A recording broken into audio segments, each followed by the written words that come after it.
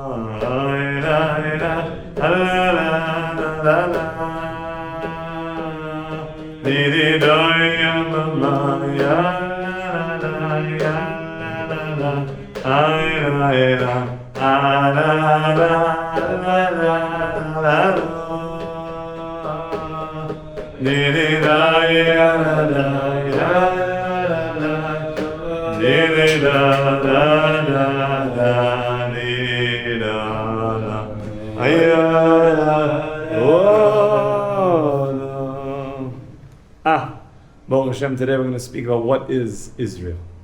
We're going to speak about the fruits of Eretz Yisrael, the great peiros, the fruits of the land. We're going to speak about neshamas. We're going to speak about the angels. We're going to speak about Rosh Hashanah. We're going to speak about the entire way that the world works and operates, and understanding what is Israel. Thank you so much. What is Israel? So I want to go into the Torah. I'll get the page for everybody, because we're going to a special part of the Torah.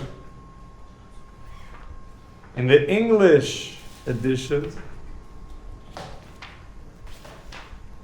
we are in Soid iber and Ois Gimel.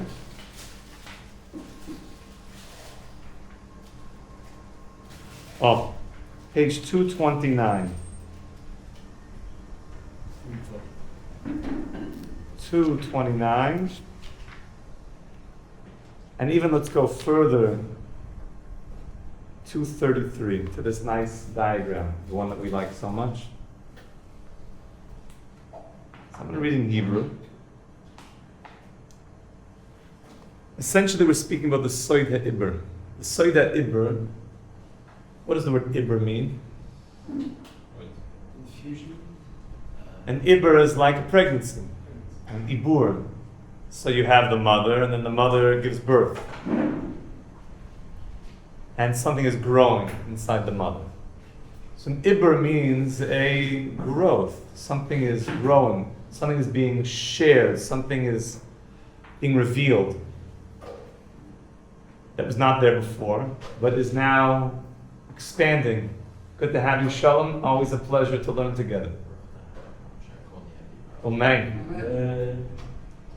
So in the Hebrew, it begins like this. This is the idea of the secret of the iber.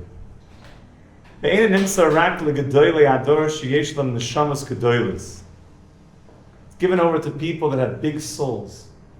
This secret of expanding something, of birthing something, of growing something.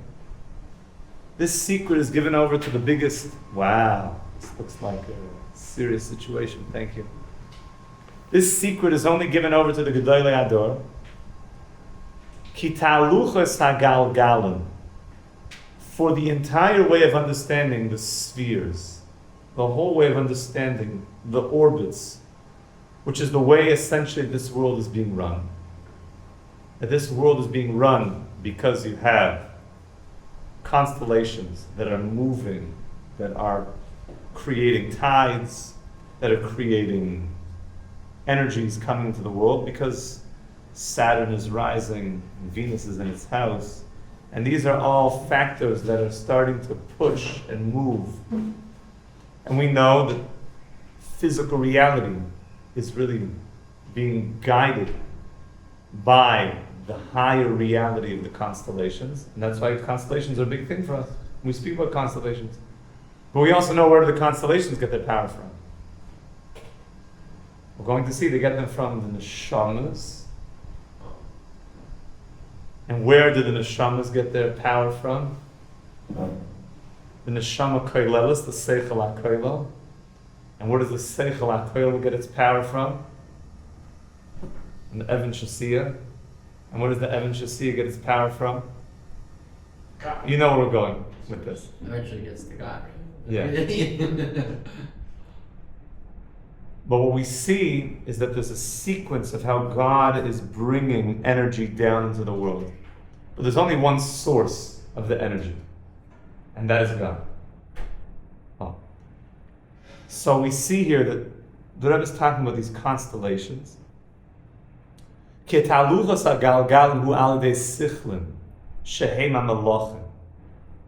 what moves the constellations? What moves the constellations are the angels. So we have us down here. If there is an event that's happening here, there's a lunar eclipse. So that is happening because the constellations have moved. It also creates a reality down here. Where are the constellations getting their energy from? From the angels. Where are the angels getting their energy from? From the souls, from the neshamas. Where are the neshamas getting their energy from?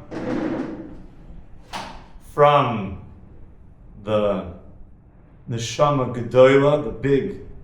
And where is that getting energy from? From Hashem. Seichel haklali, all the way back up.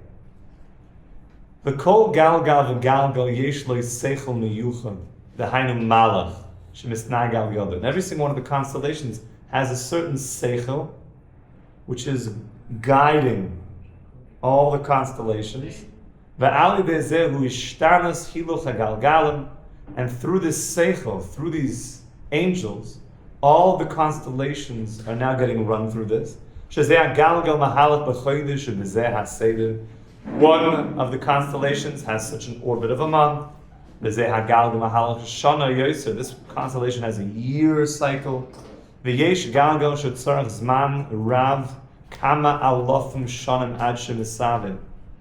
And there's certain constellations that take thousands of years to go around. Thousands of years to go around. Why are we bringing this all up? And Tani, what's this all about? All these constellations. What does the Rebbe want us to understand with this? What's the purpose of knowing all this? Time and energy within the time.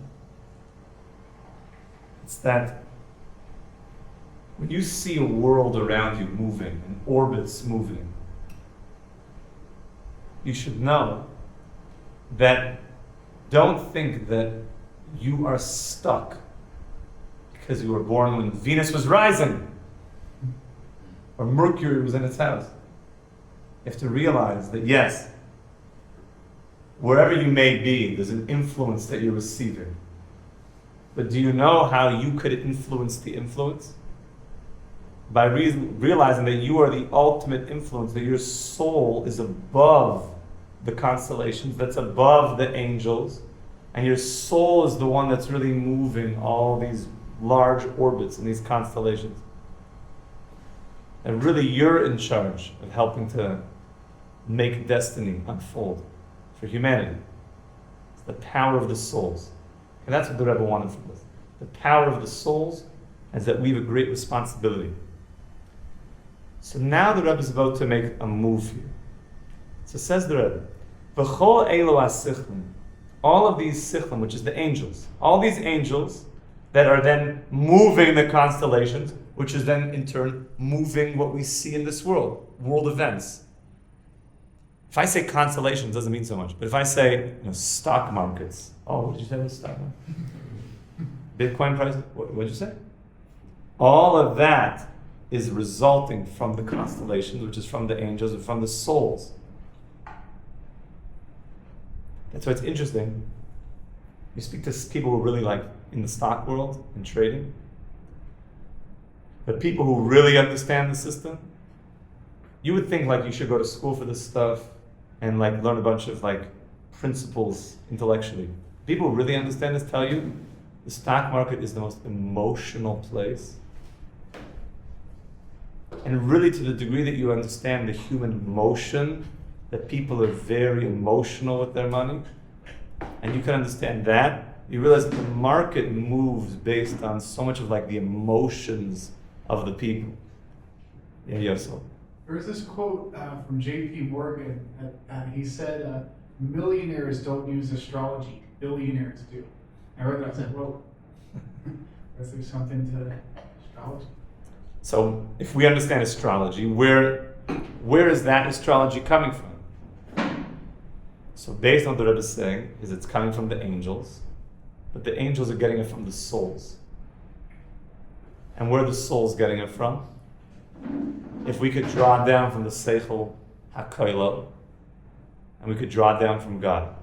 In other words, if we do things properly, we could help to run this world in a healthy, positive way. If we don't, then we sort of go under the constellations.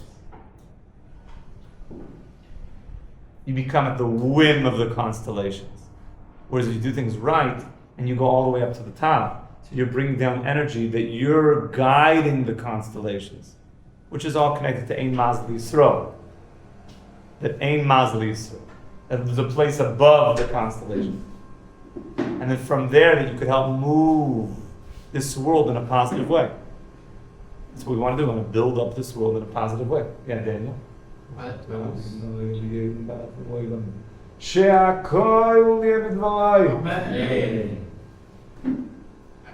had learned, or I was taught that the observance of astrology in your life is a bodhisattva, no? No.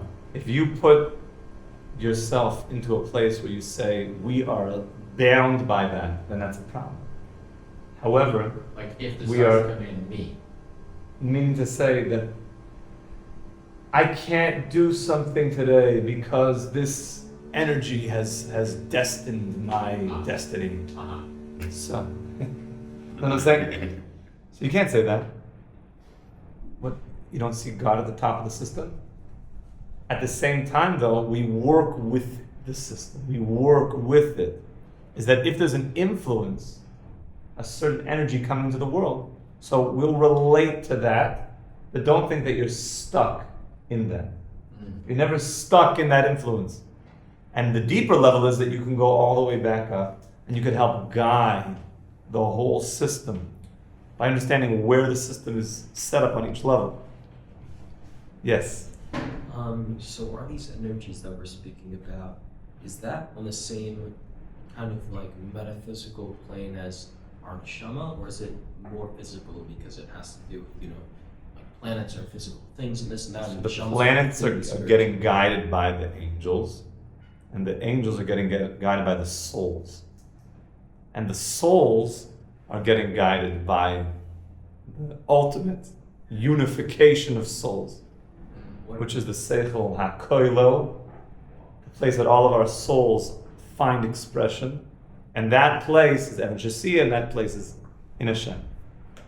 So really, this is all about swimming upstream in order to then bring blessing back down. And this is really what I wanted to get to today, this kind of movement of going upstream and then bringing blessing back down. So here says the Rebbe, V'kol elo hasichlim kulam mekablim me'amanheg ha'koilim. And all these angels are all getting their energy from the boss, which is the Seichel HaKoilo, Shehi HaNeshama. So yes, the soul, the collective soul, is higher than the angels, and our soul is giving guidance to the angels. That's why there's such a thing in Kabbalah. We don't advise or even suggest that people do such things, but that people could make the angels do things. It's called Hashbos HaMalachim. You basically make them swear oaths, which is kind of deep. And don't try this at home.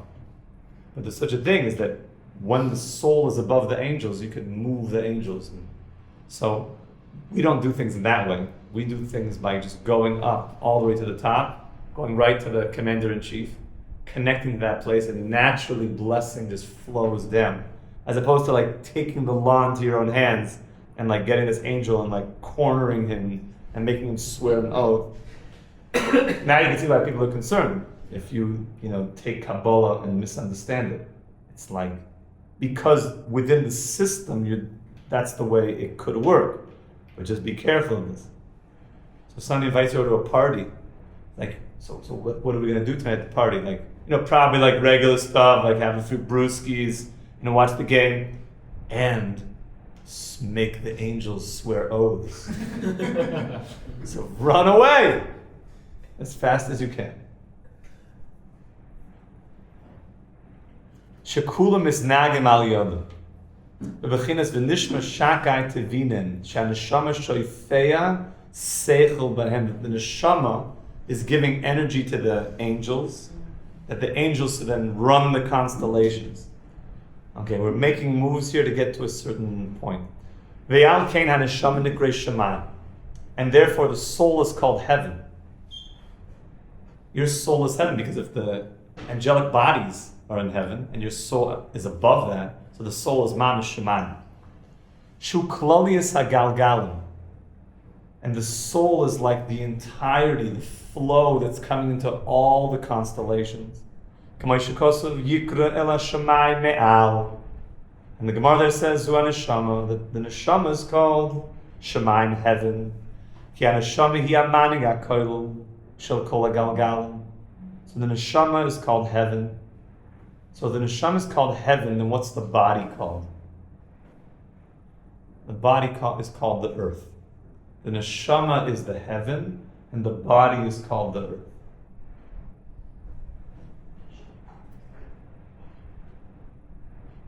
And that's what's going on here. We have, you have literally heaven that's inside earth right here, which is an amazing thing. That's right. That's it. And the harmony of the two is when you really have heaven on earth, is the ability to feel that my soul is not fighting and at odds with my body, but is lifting it up. They've made peace together. V'yam kein. Haneshama nikres galgalta, and that's when the neshama is called the galgalta. Also like a skull, because it's higher. Hashem galgali harakia, shenis nadim al yoda. V'al kein elo haneshamas hagadolos bekin b'soida iber. And therefore, the big neshamas, okay, this is all, he's making moves for us now. Therefore, the neshamas, the big neshamas, know the soid ha-iber, understand the secret of giving birth. Iber means, like we said, a woman having a child. Now there's an iber, which is really, what's the soid ha-iber? The soid ha-iber is being able to take an energy, transfer it, and then grow something. So that's really the idea of the neshama being able to give an energy to the angels, which is then giving an energy to the galgalim, which is essentially that the galgalim are running with the essence that was given over from the higher power. So really on a deeper level, we're talking about like a birthing from each step, is that the neshamas are giving and birthing something into the malachim, which is birthing something into the galgalim, the constellations, which is then producing something in this world. Okay. And then he says something so beautiful. He says, the neshamas, of course, they know the sod of iber. Ki mi yodeh hanhagosim kamo yamanim. Who would know better the way that the constellations run than the one who's running the constellations, who's in literally putting energy, almost, if you will, inseminating energy into the system, than the one who's doing that. They would know the best how the constellations are running, because they're literally the one running them. That's the neshama. And that's the soida iber. Then the Rebbe makes a move. And this move is something that Rabbi and I were speaking about yesterday. We may have the schus, I think we will, that Rabbi will come tomorrow morning to hear, to give the shir. Wow. So Rabbi said, Mamish, pump up the boys, pump up the oilam. Should be a big schus, tremendous. Siyata d'shmai.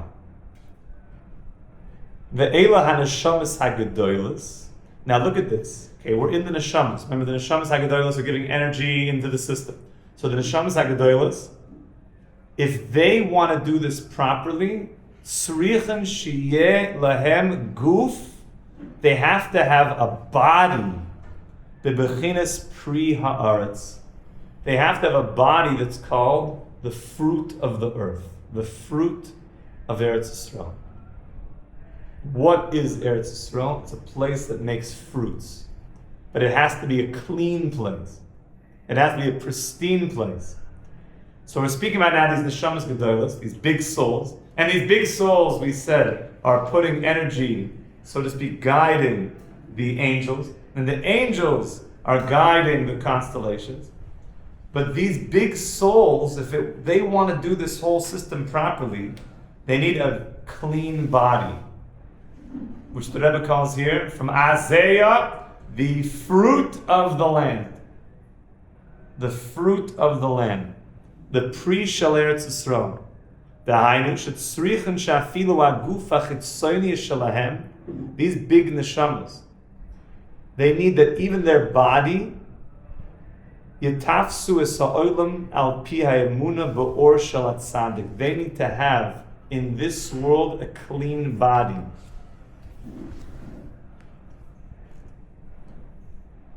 So let's start moving here. So we see something happening where the Rebbe is introducing fruits for the first time in the Torah. The Bechinas Avira de Eretz Yisrael. Now, how do I get a clean body? How do I get a holy body? So the Rebbe says, if you have a Bechina of Avira de Eretz Yisrael, if you're breathing in the air of Israel, if you're breathing in the air, so it says Avira de Eretz Yisrael is mafkim. Just the air of this land does something to a person. But it looks like it's not enough that just that you're here. It has to be that it's being combined with emunas chachamim. Remember, this whole system, how are the neshamas getting their energy from? The emunah in the chacham. So, if you were to draw this all out, you have this world, stock market, you have, give me something that's happening that people are thinking about a lot. Bitcoin too busy, yeshiva. Wars, Bitcoin. There's a lot going on in the world. A lot. There's destruction, there's building, there's a lot happening. All of that is getting run by the Galgalim. It's being moved from the constellations that are creating the thing, that are starting to building the thing, that are destroying the thing. All dependent on what the nature of those constellations are. But those are all being run by the angels. And when the Torah speaks about that God sent angels to destroy Sodom and sent angels to do this, the angels are like messengers. And then they're carrying it out through the constellations, which itself is just an energetic movement that things should happen. But who's above that? Those are the neshamas, the souls, that are really the ones that are setting into motion world events. And where do the souls get their energy from? Seichel HaKoil, all the way up, going to Emunah. Which means if we do that properly, if we go back up to source, then the energy that flows through the system will be such healthy, positive energy. But the only way that the neshama could do that properly is if he has a clean body. It looks like if his body's not clean, then something else happens. Is that the energy will get put in the wrong ways. It'll start going in the wrong direction. The energy will not go to where it's supposed to go. It'll go, and that's the Rebbe She'ena Hogan that the Rebbe spoke about in the beginning. The leadership that's not good leadership. And that is the moisrus, we said. That's Beis Hakisa, that's all the bad, the Ashanim Sruchim, that a person's like mavalbil, not, and things are off. That would be like bad fruits, like a bad apple. So in order to have good apples, you need to have both the Shemayim, you need to have the heavenly realm, you need to have rain that's literally bringing down the energy. And then you also have to have the Aretz. So let's just see just for a moment where the Rebbe is going with this. Yes, Yossi. Lakutei Halachas yesterday, we were talking about the secrets, the Jewish secrets of money. We were talking about why, unfortunately, a lot of people who aren't so righteous have a lot of money, and a lot of righteous people, unfortunately, don't have so much money. Is this because of that? Yes, because all the pipelines are off. And people have taken those pipelines and have siphoned in bad directions, which is bad. So says the Rabbi here. Now we're going to get into these fruits. When the land is being purified with the avir de Eretz Yisrael, then what happens? As I call a peris v'atavua hagodol sham, shemehem nizoyna adam misham ba hatipa zariyas hakol hu b'bechinas Eretz Yisrael. When the land is becoming purified, so then the fruits that grow from that land will be good fruits. If the climate, if the fruits are good, it's a result because the land was good. It's a result because the climate was good. But here we're taking, bless you, much more than just physical climate. Here we're talking about the spiritual climate. Bless you. And we're talking about that if the spiritual climate is good, then what it produces, the fruits themselves. We're not just talking about high vitamin and mineral, non-GMO, pesticide, herbicide, Darth Vader side, it's, carrots or something. We're talking about if the spiritual climate is good. And the spiritual climate is giving richness. And the spiritual climate means that it's getting from the malachim, it's getting from the neshamas, it's getting from the seichel HaKoil, it's getting direct, undiluted energy from God. So what that is then putting into the fruits, when you eat those fruits, that's gains. You feel something different from those fruits. The language of Kabbalah would be the nitzoitzes. The nitzoitzes that are sparks of the light. You feel it like you are energized by it. Shemisham nirkam aguf, because from me eating the fruits in a positive way, I am literally weaving my body together. It's building me up. And like the whole world says, you are what you eat. Everybody knows that. And we're not just talking about the physical fruit, we're talking about the spiritual makeup of the fruit. We're literally getting woven together by these fruits. Like King David teaches us in Tehillim, Rukamti bez tachtiyos aretz, that I've literally been like woven together, that I'm being knit, my body's being knit by the Avir de Eretz Yisrael, the fruits of Eretz Yisrael. The Bechinas Eretz Yisrael. Va'azai aguf, and therefore the body, which is Bechinas Pri Haaretz, the body, which is like, what's my body? My body is, the fruit is earth, and the body is able to produce fruits. As I roy lakabel neshama gedayla, is able to receive a big neshama, because we said you can't put a big neshama into a dirty body. The body has to be fitted to receive a big soul to go into it. The Bechina is just a few more words. Yikra el hashamayim me'al ze haneshama, ve'el haaretz ze haguf, ki haneshama lefi haguf, keshe haguf zach v'noki. When my body is pure, is clean, yochel lekabel neshama gedoyel lechein lehepech. It can receive a big neshama. But if the body is not, it's not able to receive a big neshama. It looks like it's only receiving from the Rebbe She'ein Hagen. It's not receiving a big neshama.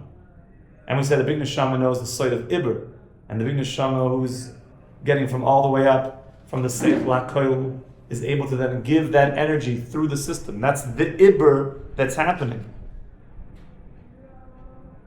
So let's just kind of take a step back into everything we just said. Yes, Daniel. Can we, based off what the Rebbe is saying, it would seem as though we can grow our soul by polishing our body. Yes.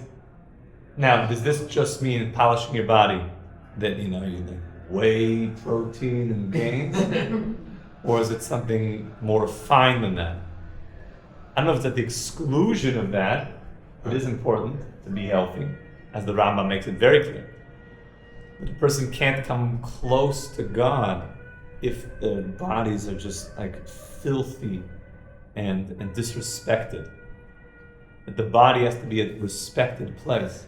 I can think of some pretty high tzaddikim that don't seem to have a very physical fit body. So you may think that they should look like Michael Phelps or something, but that doesn't necessarily mean that their body is any less clean. Their bodies are so refined that it almost is like it doesn't bother them anymore. You could have a person whose body is bothering him all the time because he's feed me, gym me, weightlift me, and his body has taken over the guy's consciousness.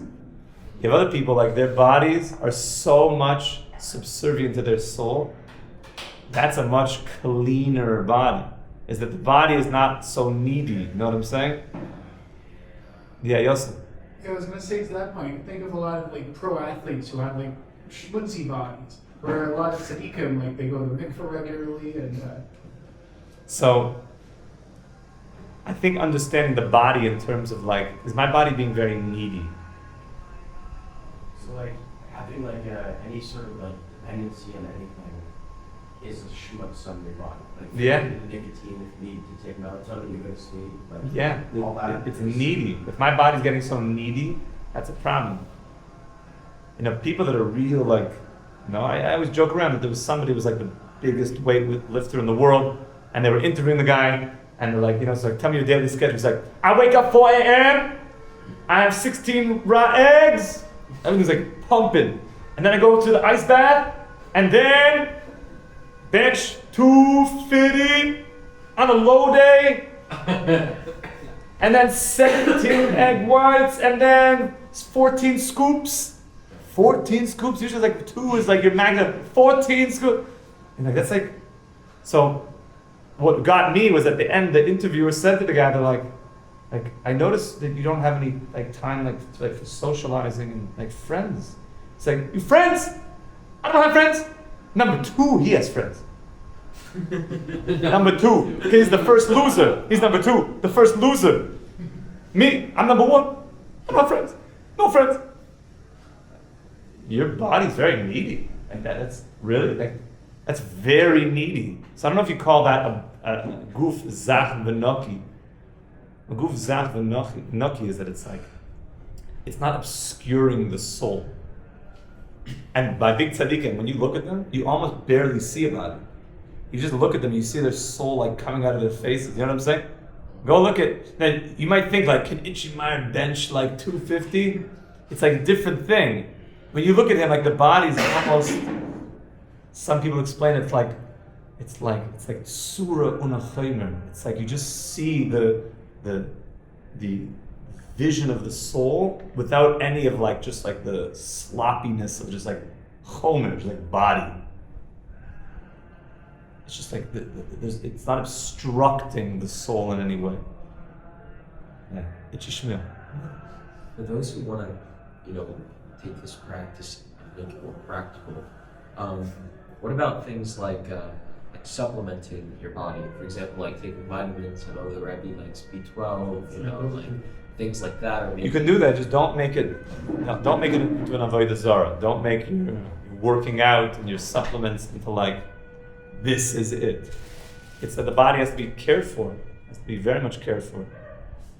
We're speaking about a whole other dimension right now of caring for the body, which is called the Vir de Eretz Yisrael. And that if a person wants a high neshama, he has to open himself up to a clean body to then bring in the soul. So, yeah, Yosef. I remember I heard from Rabbi Berger's one time something that really moved me. It's a story of how in Gan Eden, when after they ate the fruit, they were hiding themselves because they didn't want to be looked at as naked. And Hashem said, like, who are you hiding from? Who said you were naked? And like that's when they officially started identifying with body consciousness. Because if you ride a horse, you're not embarrassed when the horse is naked. Like if someone were to point out to you, like, hey, the horse is naked, you might think twice, be like, oh wait, do I need to cover up my horse? But otherwise, you just naturally get on a naked horse and not think twice about it. So before we ate from the tree of good and evil, we didn't really identify body consciousness so much. We didn't really know, like, oh wait, we're riders on a horse and that horse is naked. But after we ate from the fruit, we then started identifying more with our body and started worrying about, oh, how's my Very body? beautiful. Beautifully said. Very much so. It's because we got so consumed by our body that it became like a thing. But before that, we had a body, but the body was so zach v'naki. It was like translucent. The body was not concealing the soul, it was revealing the soul. So let's just take a step back here and understand it. We have this interplay of heaven, of earth, soul, body, and then we said that the outcome of that is to produce fruit. That's really where this is going, is to produce fruit. So, we're getting towards the end of this Torah, which is a good time to start to put all the messages together of the entire Torah. So, what was the beginning of the whole Torah teaching us? Remember, the whole beginning of the Torah, with Ali de Emunah Chachamim, through the Emunah and the Chachma, we said, Yochayim lahaitzi mishpatein la'or. You could take out mishpat. You can take out good decisions. Because Rebbe Nachman is always trying to give us very practical, good advice to live the best life possible. And we said mishpat is amud de emtza isa, the middle path. So we spoke in the past about what is the idea of a judge. You're supposed to be a judge in your own life for your decisions. What's the idea of a judge? So what does a judge do? A judge has Beryl and Shmerel, And he's supposed to hear out their opinions. So what's Beryl saying? Shmerel took 100,000 from me. And Shmerel's like, no, I didn't. Yes, you did. No, I didn't. So what is the judge's job? I don't know, it doesn't work out whether they should judge them both as guilty when they're actually like, when he's judging, and then once he's made his judgment, we know what's guiltless. Because they accepted the din. The idea is that the judge has to take into account both points of view. He has to listen to what everybody's saying. He has to hear out Beryl and hear out Shmerel, and hear out their opinions. And if he doesn't, he's a bad judge. Really, what the judge is supposed to do is he's supposed to really hear not just Beryl's right, not just Shmerel's wrong or right. He's supposed to really keenly listen to see, is there things that Beryl's saying that make sense? Is there things that Shmerel's saying that make sense? And let me put this together to give a judgment. A judgment is a middle path. We explained also this Torah about the Rebbe Nachman, the not good leader, is that he's an extremist. He only goes to one side. He says, this is the way it is. Puts a flag down. This is the way it is. I'm a leftist. I'm a rightist. He doesn't hear other perspectives. He doesn't engage in a dialogue. Maybe something makes sense on the other side. So this has kind of been a theme through the whole Torah, is like these sides of listening to both sides. And we also spoke in the Torah about when a person has a machlokes and he writes a sefer. And how does that sefer come to be? Is that he's listening to this perspective, he's listening to this perspective, he's writing response, and then there's a response. So this whole play of the Torah is like these sides. So Rabbi Mati said to me yesterday, saying so beautifully, he said, what about heaven and earth? That's also like two sides, right? So it's not your typical like right and left. But if you turn yourself sideways, so then the heaven is almost like one side, and the aretz is like another side. So what would be the perspective of the heaven? And we know the heaven's the neshama, and we said the neshama is getting from the seichel hakoil, right? What's the aretz? The aretz is the seichel haprati, is the specific seichel haprati. That's the aretz. This tree, this tree, this tree. Shamayim is just giving blessing, seichel hakoil. So imagine like this. Seichel hakoil has klolim.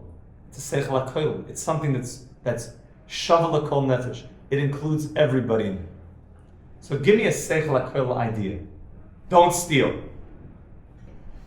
Seichel hakoil. It's a clown. Property ownership. You can't take somebody else's property. Okay? And let's say that seichel hakoil this is the seichel hakoil.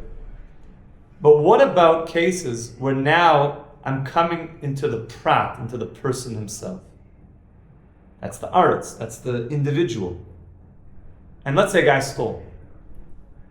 So now the seichel hakoil says, you're not allowed to steal, send the guy to jail for 100 years. But the seichel haprati hears out, the guy says, my first time, I never stole, I won't steal again. He says, I grew up in a bad environment, I never had a father figure. And whatever his seichel haprati things, that you in the middle, because what's the heaven and the earth trying to produce? It's trying to produce fruits. It's trying to produce fruits. What's the fruit? The fruit is a good judgment. That's the Muda Demtza Isa. That's the Derech HaMamutza. That's the Hanhagas Yesharas. So what's he trying to get to? He's seeing the Seichel HaKoil tells me like this. The Seichel HaPrati tells me like this. Now let's make fruit from this situation. And you can't have a person that doesn't have both. He has to be able to see the Seichel HaKoil, which is interesting. When you want to become a judge, what do you need? Seichel HaKoil. Because you know all the klalim. You know the Torah. The Torah is Seichel HaKoil. You know the Seichel. But you also have to be someone that can relate to people and hear their story out. If I only know the Torah, but I never spoke to human beings, then I'm missing the other side of the story. The fifth section of the Shulchan Aruch. What's that? You talk about sometimes how like the Rosh Hashiva and other poskim like pull from like the fifth section. That's right, the fifth chelik of Shulchan Aruch. And that's why we notice, and the Rosh Hashiva always speaks about this, that the rabbis would go on these trips. They were always on a boat. Boats, they're going to visit communities, to meet people. And that's why the Sanhedrin has to know all 70 languages. Because there has to be that, am I connecting to the people? And then I'm going to make fruits from this. So if a person cuts off part of it, and he says, I'm just going to connect to the Seichel HaKol, but he doesn't realize in the Seichel HaKol is Seichel HaPrati that we mentioned before. There is individuality there, and that's me looking at this person, looking at the individuality, me being able to speak things out. And I think that's what Rosh Hashanah is. Because Rosh Hashanah is about going to the ultimate Seichel HaKol. But I come with me, I come with my Moshe Chaim ben Shem Esther, with my, it's not just me, okay, it's going to be a good year, cut off from the Seichel HaKol, cut off from the source. It's me coming and giving myself, there's this great day where all blessing is going to open up from. And I'm also coming as an individual with my tzimtzumim and my kedusha and then I think the movement of it is that I come into Rosh Hashanah saying, Hashem, I'm open to your Seichel HaKol, to your blessing from on high. And then, but there's a me too, right? There's a me that's going to receive that blessing. And I want to go into the Olam Iskalis. I want that me should be included in the plan. And I think those are the fruits. Those are the pears. That's where the apple and honey that you eat on Rosh Hashanah. The fruit that comes out of Rosh Hashanah is that we come to Rosh Hashanah saying, I want to connect to this heavenly realm where all things are coming from. But there's also a me that wants to connect. So that blessing then comes down into the individual me. Like it says, Kol b'nei morim oimrim lefanav, Kol b'nei morim oimrim lefanav, ke b'nei tzayin. Like we all going in front of God like sheep going through a little gate. Is that everybody's going to be seen as an individual. So there is the individual me in Rosh Hashanah. But I want that individual me to be receiving from the Seichel HaKol. I want it to come into me. And that makes fruits. That's heaven meeting earth and producing good fruits. And maybe we could say that the way to understand that I want a big neshama to come in on Rosh Hashanah. That we said if the body is clean, the goof is naki, that the goof comes to you, Hashem, and says, I know I'm an individual, but don't let me be caught up in just like tzimtzum of like, I'm the show, I'm running this show, which is so much of, kind of the megalomania approach of like, I run everything, it's all me. That would be like being aretz with cutting off the Shemayim. Which is interesting because there seems to be, you'll tell me how developed potentially the aretz is, but they're trying to clone fruits, right? They're cloning things, a lot of cloning happening right now. Yeah. Are they using any water in that? Or they're saying we don't basically need the heavens anymore. We could just make fruits down here. So if that's the case, then that's really cutting off from the Seichel HaKol, saying that we don't need a place that we receive the blessing from. We could do it all ourselves. So that's basically like Zaken Mamre, that's like the person who says, the Reb Sheina Hagen, is that I could figure it all out myself down here. So we just summarize everything that we just spoke about, practically. We said that all of the constellations, which is everything in this world, is all being run by the malachim, by the angels, which is all being run by the souls, which is all getting its energy from the Seichel HaKol, which is all from God. That's the blessing flowing into this world. But there's a me in this world. And the me in this world wants to receive goodness and wants to provide and be a part of this global family and be productive and helpful. The way to do that properly is realizing that there's great, great power and souls that are up above. And I want to tap into that. That's the emunas chachamim. Believing in this place bigger than me, that I'm connected to, giving smicha to that place.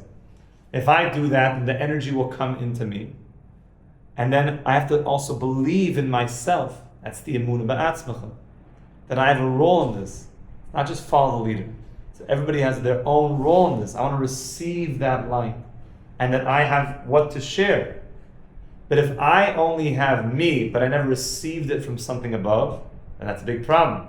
Because I'm cutting off from the source of blessing. That's the Rebbe Nachman, who basically says, like, I don't go with the Chachamim. I'm splintered off. And he gets his energy from Moshe, like you mentioned before, which is not good. But if the whole system is working properly, then a person says, I have emunah in the Chachma. There's a place that's greater. There's a higher place.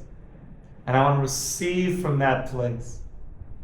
And then he realizes that there's a specialness in me, in this system. That's the aretz. And he invites the rains to come in. The rains then produce that the earth should not be barren anymore, that they start producing fruit.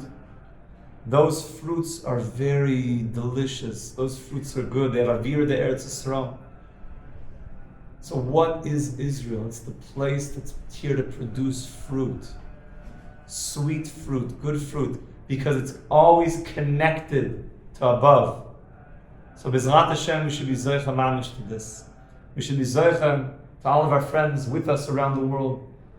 Thank you for joining us. Thank you for sharing with us. We're going to be learning more today with more questions and answers. It's a pleasure to be growing. Maybe a little bit we could share. I see that many comments here. Hugh is saying, to be careful from drugs. I think that's a good message. That yes, a person should be careful. Thank you, Hugh, for sharing.